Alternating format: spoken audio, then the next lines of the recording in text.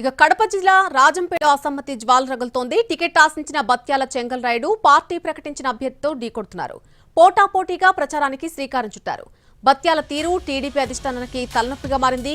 ఆయనకు సర్ది చెప్పే ప్రయత్నం చేసినా ఫలితం మాత్రం కనిపించడం లేదు. నియోజకవర్గంలో ఇద్దరు టీడీపీ నేతలు పోటాపోటీ ప్రచారాలతో తెలుగు తమ్ముళ్లు అయోమయంలో పడ్డారు.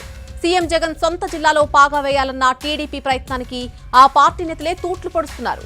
2019 ఎన్నికల్లో కడప జిల్లాలో వైసీపీ క్లీన్ స్వీప్ చేసింది. ఈసారి ఎన్నికల్లో ఎలాగైనా కనీసం ఉనికిని చాటుకోవాలని కొత్త అభ్యర్థులను రంగంలోకి దించారు చంద్రబాబు. ఇక అదే టీడీపీ నేతల మధ్య విభేదాలకు దారితీసింది. రాజంపేటలో పాత కొత్త నాయకుల మధ్య హైకమాండ్ నిర్ణయం అగ్గిరాజేసింది. 5 ఏళ్లుగా రాజంపేట టీడీపీ ఇన్ఛార్జిగా ఉన్నారు బత్యాల చెంగల్ రాయుడు.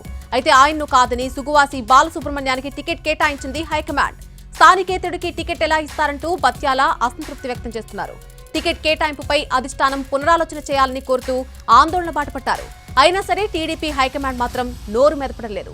దీంతో పార్టీ ప్రకటించిన అభ్యర్థికి పోటీగా ప్రచారం నిర్వహిస్తున్నారు బత్యాల చెంగల్ రాయుడు. మరోవైపు ఆంజనేయ స్వామి ఆలయంలో ప్రత్యేక పూజలు నిర్వహించిన సుగువాసి బాలసుబ్రహ్మణ్యం ఎన్నికల ప్రచారాన్ని కూడా ప్రారంభించారు. అటు సాయిబాబా ఆలయంలో పూజలు చేసి ఎన్నికల ప్రచారాన్ని నిర్వహిస్తున్నారు బత్యాల చెంగల్ రాయుడు. టీడీపీలోని ఇరు వర్గాల నేతలు వేర్వేరుగా ఎన్నికల ప్రచారం నిర్వహిస్తూ ఉండడంతో అయోమయంలో పడ్డారు కార్యకర్తలు.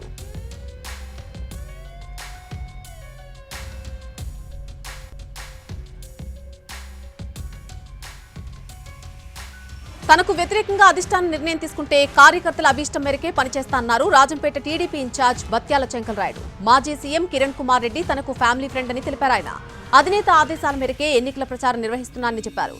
అసలు సుగువాసి బాలసుబ్రహ్మణ్యం తన్ను సంప్రదించలేదంటున్న బత్యాల చెంగల్ రాయుడుతో మా ప్రతినిధి Ramesh face to face.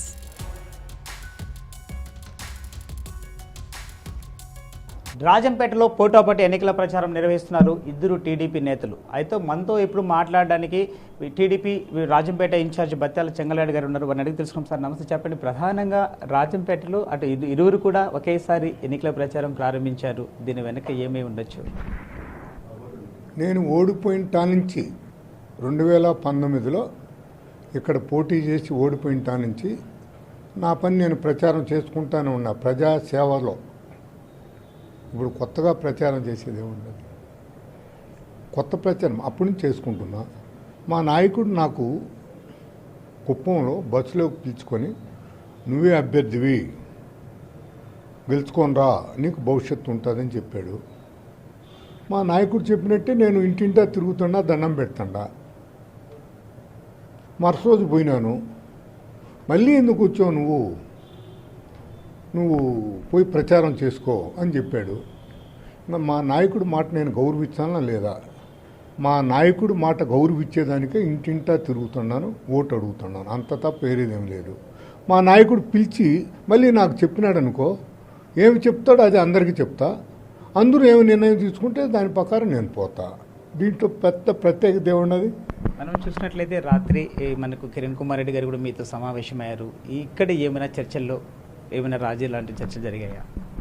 Kiran Kumar Reddy గారితో సంబంధం ఈ పొద్దుది కాదు. మా నాన్నగారికి కిరణ్ కుమార్ రెడ్డి గారికి బంధం ఉండాలి.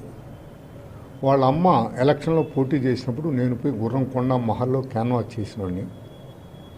నేను 2వ టర్మ్ ఎమ్మెల్సీ అయ్యేదానికి ఆయనే బాధ్యుడు. సోనియా గాంధీ గారి దృష్టికి తీసుకెళ్ళాడు. తొలి టర్మ్ ఎమ్మెల్సీ అయ్యేదానికి కూడా కోడూరు నియోజకవర్గంలో ఆయన ఉంటే 2,000 ఓట్లు వస్తాయని చెప్పేసి రిపోర్ట్ ఇచ్చినాడు. సో నా శ్రేయోభిలాషి నా ఇంటికి వచ్చాడు. ఆనందంగా మేము మాట్లాడుకున్నాం.